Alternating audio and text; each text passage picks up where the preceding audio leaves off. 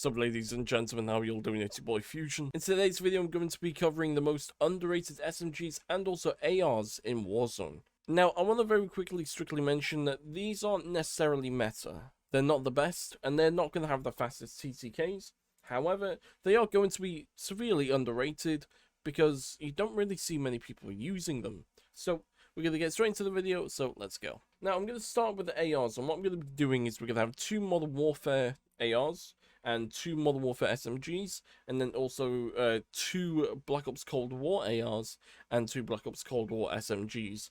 Now, the reason that I'm not going to be including any kind of Vanguard weapons is because near enough all Vanguard weapons are meta. Now, getting into the very first gun, and this actually might surprise a couple of you, but the SA-87 is actually not too bad. Obviously, you know, it's not, like I said, these are not strictly meta guns, but it's to the point where, you know, you can use these guns and they're going to be viable. So I'm going to very quickly make a build for you. So first off, we've gone with the monolithic suppressor. After that, we've gone with the commander foregrip. I would probably go with a 50 round, but if you want to stick on the 60, you can. Just for the faster ADS time, we're going to go with a Forge Attack, a CQB Comb, and on top of that, you can either go with a VLK, but I am going to go with a Corp Combat Hollow Sight, and on top of that, we're going to have the Blue Dot, just to make it a bit more fancier. So there's the SA-87. Do give it a try, 'cause it's actually a solid weapon. And after that, we do have the M13, and the M13's, realistically, it's been solid for a little bit, but the issue is, it does burn through ammo, and that's kind of like the biggest drawback with the M13. It absolutely burns through ammo, and it's probably one of the biggest issues with the gun. Nonetheless, it's still a laser beam, and it does kill relatively quick. So for the M13, we got the monolithic stressor, we got the Tempest Marksman, we got the VLK 3.X, and we got the Commander foregrip, and also the 60 rounds. The Cold War ARs, we actually have the QBZ, and this is one weapon that you don't always see all the time, and it's kind of a shame because the QBZ is actually not too bad. Now, the only issue with it is the recoil pattern. It's a little bit dodgy, but it's definitely something that you can handle. So I would definitely, you know, suggest trying the QBZ, see what you think of it, and, you know, kind of go from there. So we have the agency suppressor, we got the task force, we're also going to have the field agent grip. If you want to go with a 60 rounds, you could. I'm going to go with a 45 just simply because faster ADS time is better. And on top of that, we are going to go with the axial arms 3 times. Now, if you're going to be, you know, playing trios, quads, yeah, probably stick the 60 on. But if you're going to be sticking to solos, duos, and, you know, you might be able to get away with trios, go with a 45. That's personally what I would go with. And right after that, we do have the C58. Now, C58, I have seen a few people use it, but not too many people. And the C58 is still pretty damn good. It's basically like the pre-nerfed CR56.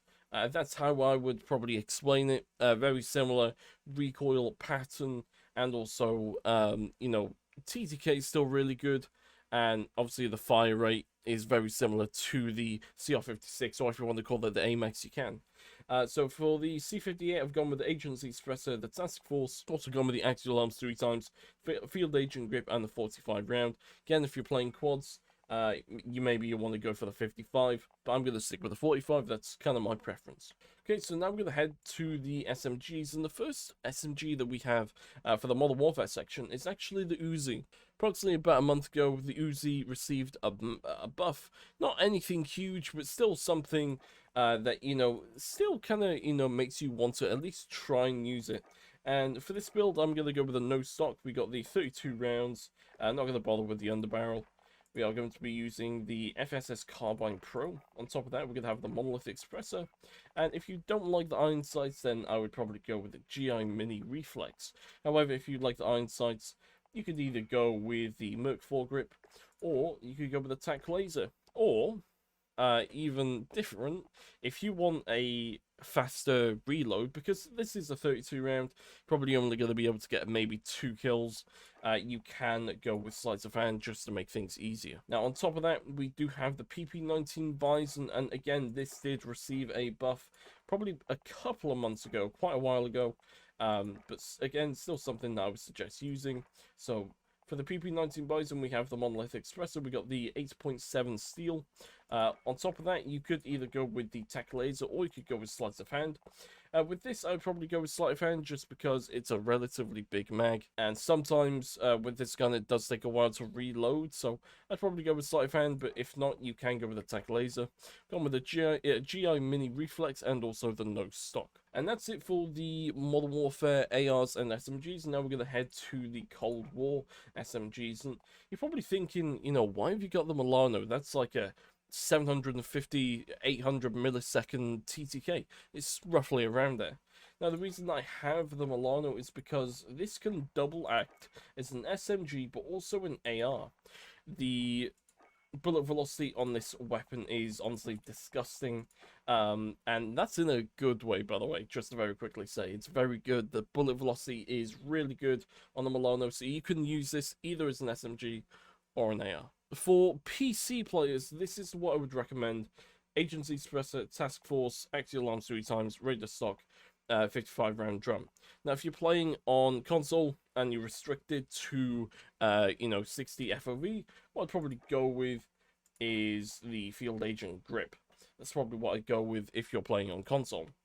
But however, if you're playing on PC with the extended FOV, Raider Stock should be perfectly fine. Finally, we got the Mag 10, and this again was also buffed not too long ago, and you know, to be fair, the Mag 10's actually pretty decent. Obviously, it's not as good as when it first came out. It was never going to be that good, but the Mag 10 is still solid, and this is what I would use.